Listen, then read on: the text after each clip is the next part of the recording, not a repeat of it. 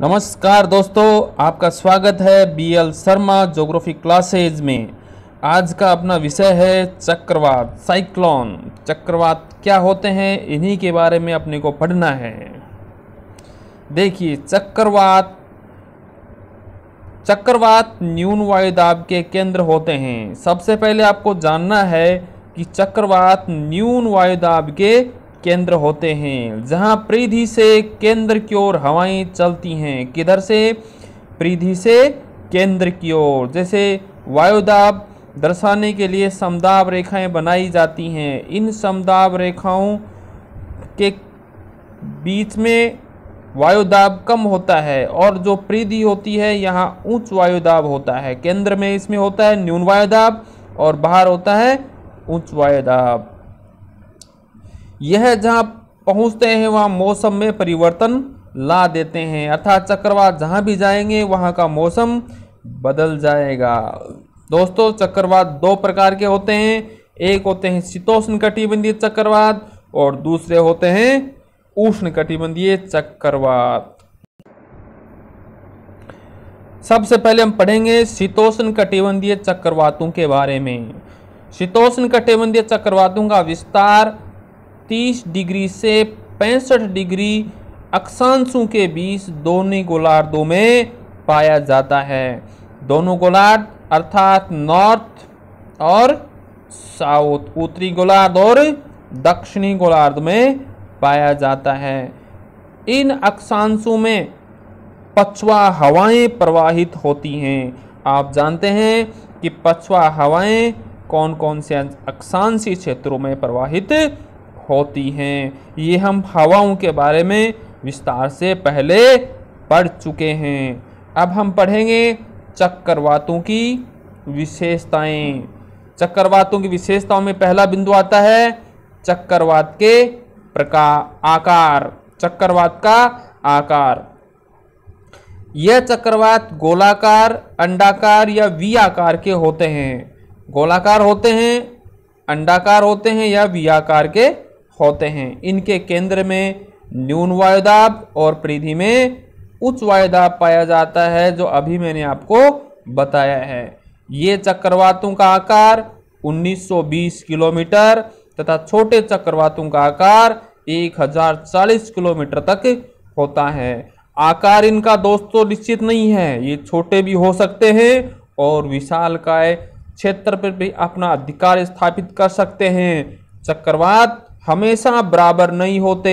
मौसम और स्थलीय भागों के प्रभाव से इनके आकार में परिवर्तन होता रहता है। यदि ऊंचाई की बात करें तो परिवर्तन मंडल यानी अक्षोभ मंडल में ये 6 से 7 मील की ऊंचाई तक इनका प्रभाव रहता है। दूसरी विशेषता है वायुदाब। चक्रवातों में वायुदाब कैसा रहता है?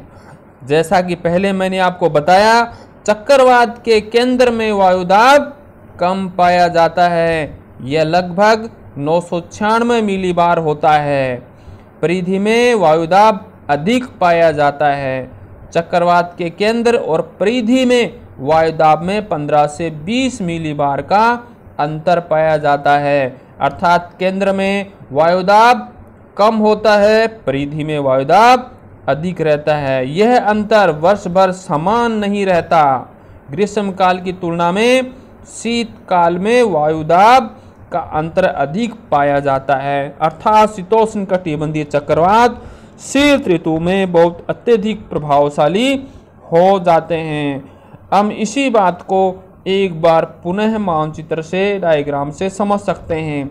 ये अपने पास में उपस्थित है एक समदाब रेखाओं से घिरा हुआ चक्रवाती क्षेत्र, जिसके केंद्र में वायुदाब कम पाया जाता है। आप देखिए यहाँ पर केंद्र में वायुदाब है 1004 मिलीबार और उसके बाद 1008 मिलीबार, फिर परिधि की ओर 1012 मिलीबार वायुदाब पाया जाता है। इसी को कहा जाता है वायुदाब प्रवणता बल कहा जाता है।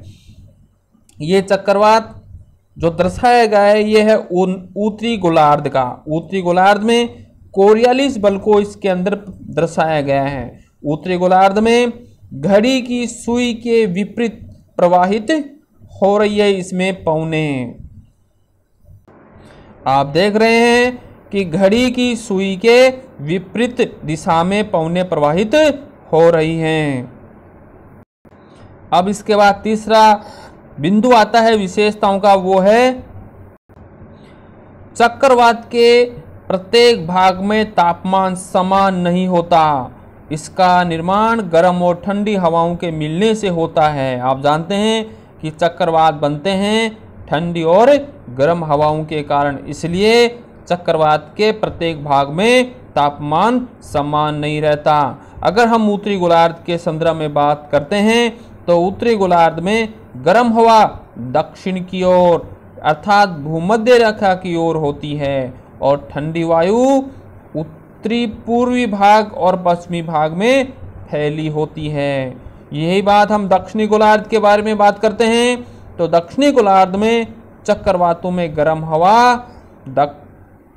उत्तरी गोलार्ध की ओर होती है अर्थात भूमध्य रेखा की, और ठंडी वायु दक्षिण पूर्व दिशा में भाग में फैली हुई होती है।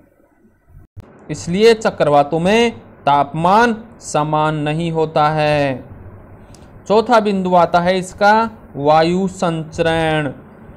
शीतोष्ण चक्रवातों में वायु संचरण परिधि से केंद्र की ओर होता है। आप जानते हैं कि इसके केंद्र में वायुदाब कम है और परिधि में अधिक है, इसीलिए हवाएं परिधि से केंद्र की ओर तेजी से झपटती हैं। केंद्र में वायुदाब कम और परिधि में अधिक है, इसलिए हवाएं केंद्र से परिधि की ओर चलती हैं अर्थात हवाएं उच्च वायुदाब से निम्न वायुदाब की ओर चलती हैं। यह हवाएं केंद्र से सीधी ने चलकर कोरियालिस बल और पृथ्वी के घूर्णन के कारण समदाब रेखाओं और उनको 20 से 40 डिग्री पर काटती हुई चलती हैं अर्थात हवाएं सीधी ने चलकर 20 डिग्री से 40 डिग्री का कोण पर काटती हुई चलती हैं अक्षांश यानी समदाब रेखाओं को। इसका कारण है पृथ्वी का कोरियालिस बल, पृथ्वी के ऊपर हवाओं का घर्षण। अब याद रखना है उत्तरी गोलार्ध में ये पौने घड़ी की सुई की विपरीत दिशा में चलती हैं और दक्षिणी गोलार्ध में घड़ी की सुई के अनुकूल दिशा में प्रवाहित होती हैं। याद रखना है कि चक्रवातों में हवाएं उत्तरी गोलार्ध में घड़ी की सुई के विपरीत और दक्षिणी गोलार्ध में घड़ी की सुई के अनुकूल प्रवाहित होती हैं। पांचवा बिंदु है क्षेत्र और पथ। शीतोष्ण कटिबंधीय चक्रवात पश्चिम से पूर्व दिशा में मध्य और उच्च अक्षांशों में संचालित होते हैं। इनकी दिशा क्या होती है? पश्चिम से पूर्व की ओर। कौन से क्षेत्रों में? मध्य और उच्च अक्षांशीय क्षेत्रों में। जिस मार्ग पर ये चक्रवात चलते हैं उसे झंझापथ कहते हैं। चक्रवातों के मार्गों को क्या कहते हैं? झंझापथ कहा जाता है। इसके दो क्षेत्र हैं। उत्तरी अमेरिका के उत्तरी पूर्वी भाग से उत्पन्न होकर पश्चिम से पूर्व दिशा की ओर चलते हैं। ये पछुआ हवाओं का अनुसरण करते हैं तथा मध्य यूरोप तक पहुंचते पहुंचते समाप्त हो जाते हैं। एक तो ये इसका क्षेत्र है, दूसरा है एशिया के उत्तरी पूर्वी और पूर्वी भाग से उत्पन्न होकर पूर्वी दिशा की ओर बढ़ते हैं। इस प्रकार से चक्रवातों का संचरण मध्य और उच्च अक्षांशीय क्षेत्रों में पश्चिम से पूर्व दिशा की ओर होता है। हम इसको इस मानचित्र से पढ़ सकते हैं। ये देखिए उत्तरी अमेरिका का उत्तरी पूर्वी भाग है।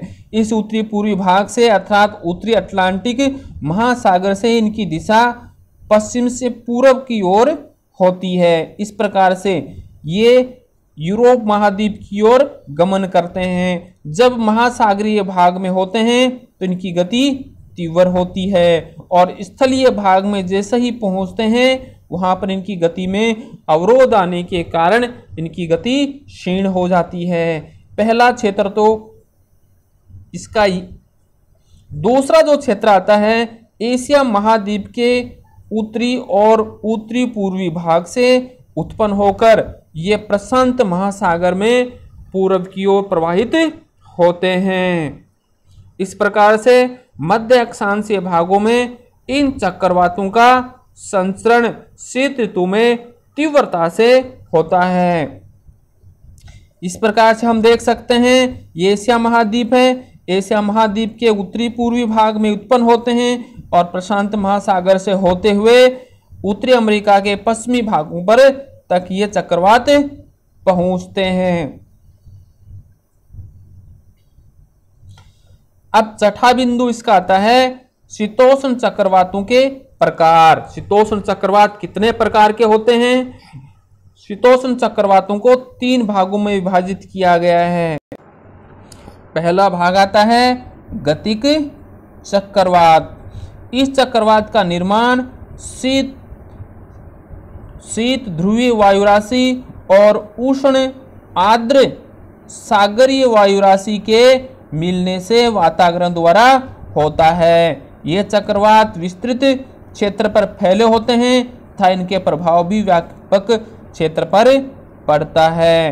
अर्थात ये गतिक चक्रवात हैं, यानी ध्रुवीय वायु और उष्ण आर्द्र सागरीय वायु के मिलने से यहाँ वातावरण का निर्माण होता है और वातावरण से इन चक्रवातों का निर्माण होता है। ये चक्रवात सबसे अधिक प्रभावशाली होते हैं।